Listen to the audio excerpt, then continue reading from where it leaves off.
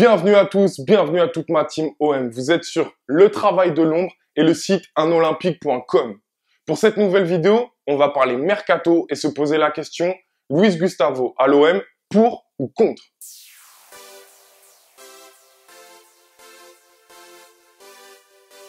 Pour répondre correctement à cette question, je vais d'abord donner mon avis, puis grâce à Twitter, donner le vôtre. Mais d'abord, place à mon analyse. D'abord, pour commencer, son gros point fort, c'est évidemment son expérience. On a un joueur de 29, presque 30 ans, international brésilien, qui possède une quarantaine de sélections, avec qui il participe à la Coupe des Confédérations, qu'il gagne notamment, avec qui il participe à la Coupe du Monde à domicile. On a un joueur qui sort d'une dizaine d'années en Bundesliga, où il fait notamment une centaine de matchs avec le Bayern de Munich. En 2013, il gagne le triplé, Coupe d'Allemagne, Championnat d'Allemagne et Ligue des Champions. C'est forcément un joueur qui connaît le haut niveau. Dans un secteur de jeu, le milieu de terrain, où on a beaucoup de talent mais peu d'expérience, je pense notamment à Maxime Lopez, Morgan Sanson ou encore Zambo Anguissa, il va forcément les faire grandir, apprendre. Il va forcément améliorer notre effectif, améliorer ce secteur de jeu. Là où je trouve son expérience d'autant plus intéressante, c'est qu'il est à un poste clé. Milieu défensif ou sentinelle est souvent le joueur qui donne le tempo à l'équipe, qui permet également de régler la hauteur du bloc équipe sur le terrain. C'est un joueur polyvalent, il est capable de descendre d'un cran, de jouer en défense centrale ou parfois même de dépanner en latéral. Et ça, c'est un atout de plus à avoir dans son effectif. Il est à l'aise techniquement, très bon relanceur, que ça soit dans le jeu court ou dans le jeu long. Il est très à l'aise dans la protection de balle, dans le jeu avec son corps. Parmi ses points faibles, on a un joueur pas très rapide, voire lent, mais qui ne pose pas réellement de problème pour moi à ce poste. En plus, il compense souvent cela avec son bon positionnement et son sens de l'anticipation. Parmi ses points forts, qui peuvent parfois se retrouver être un point faible, c'est qu'on a un joueur rugueux, dur sur l'homme. Ça, on aime ça à Marseille et je suis persuadé qu'il va enflammer le Vélodrome avec son attitude. Mais parfois, il dépasse la limite. Il a tendance à dégoupiller. Et avec nos chers arbitres de Ligue 1, j'ai peur qu'il y ait un temps d'adaptation pour lui. Dernier point que je trouve important de souligner, c'est que c'est un nom dans le football. Et j'ai l'impression que son transfert peut mettre de la lumière sur notre club et crédibiliser d'autant plus notre projet. Peut-être rassurer de futurs recrues et surtout le rendre plus attractif.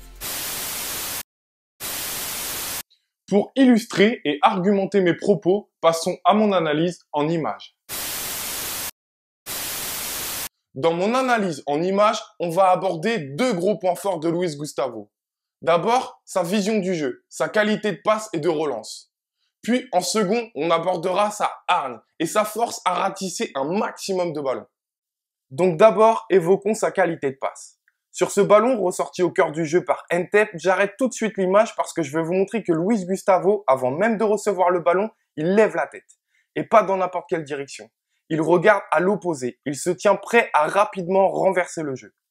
Son contrôle se fait quasiment sans regarder le ballon. N'ayant pas de solution assez bonne, il continue, tête levée, de regarder, mais cette fois-ci dans la verticalité. Prise de décision, puis exécution parfaite. Avec cette seconde action, je vais vous prouver que chaque fois ça se répète. Sur cette image, le Brésilien récupère la balle et de suite, il lève la tête. Il cherche la verticalité et réalise la bonne passe. C'est un milieu avec constamment le regard haut, qui va de l'avant et qui va nous apporter une grosse qualité de relance et une variation dans la construction de nos actions. Sur cette troisième action, je trouve que c'est le résumé parfait de tout ça. Balle au pied, il cherche à se libérer du pressing, à avoir un espace suffisant pour lever la tête, analyser les appels et prendre sa décision. De là, il exécute un contrôle rapide et analyse le jeu avec en priorité toujours cette solution à l'opposé qui est recherchée. Je vous mets la suite de l'action au ralenti pour vous montrer que son adversaire a bien compris qu'il avait trop d'espace.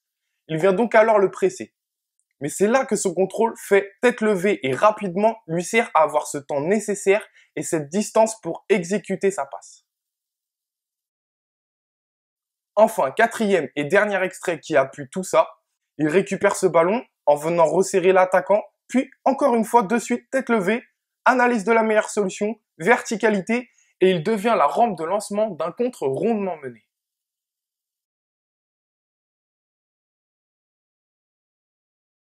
Pour le deuxième point que je vais évoquer avec vous, je vais être beaucoup plus simple. Je ne vais pas faire d'arrêt sur image, mais simplement vous proposer plusieurs séquences à la suite où on le voit combattant, guerrier sur le terrain pour être récompensé de beaucoup de ballons récupérés. On le voit notamment avec cette action que je trouve assez symbolique, où il perd la balle, mais revient en mode guerrier pour faire un gros tacle. Où il y a encore cette séquence, où il ratisse un énième ballon, ne panique pas, et grâce à son jeu de corps, permet de conserver la balle. Il y a également celle-ci, où il anticipe la mauvaise conduite de balle de son adversaire. Bref, je voulais vous montrer à quel point Luis Gustavo est dans le combat perpétuel pour récupérer des ballons. Voilà, donc après avoir donné mon avis, passons au vôtre.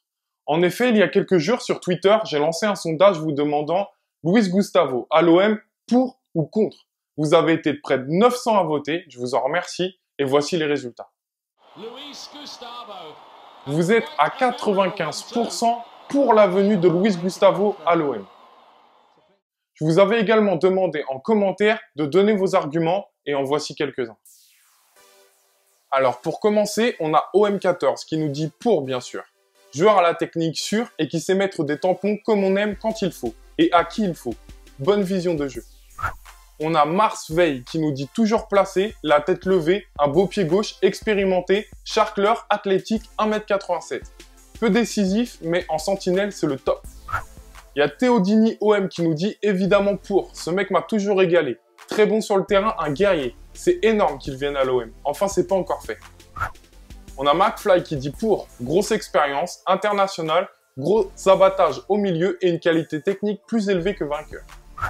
On a Benoît Charrier qui nous dit que c'est un très bon joueur, technique, physique, tactiquement très bon, peut jouer à plusieurs postes.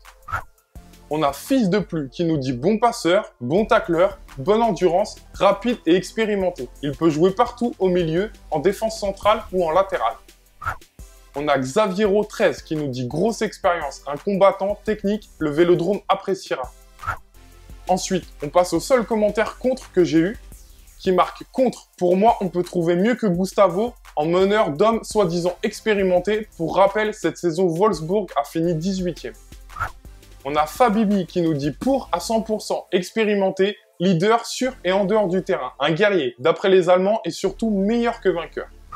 Et enfin, pour terminer, on a Gianni 13, pour ceux qui connaissent, qui participent parfois au Phocéen. Il nous dit pour, joueur porté sur l'avant, technique, qualité de passe et transversale, joueur sanguin avec le Vélodrome, il risque de s'enflammer. En résumé, nous sommes donc quasi unanimes pour dire oui à la venue de Luis Gustavo à l'OM. On a un joueur expérimenté, polyvalent et très bon techniquement.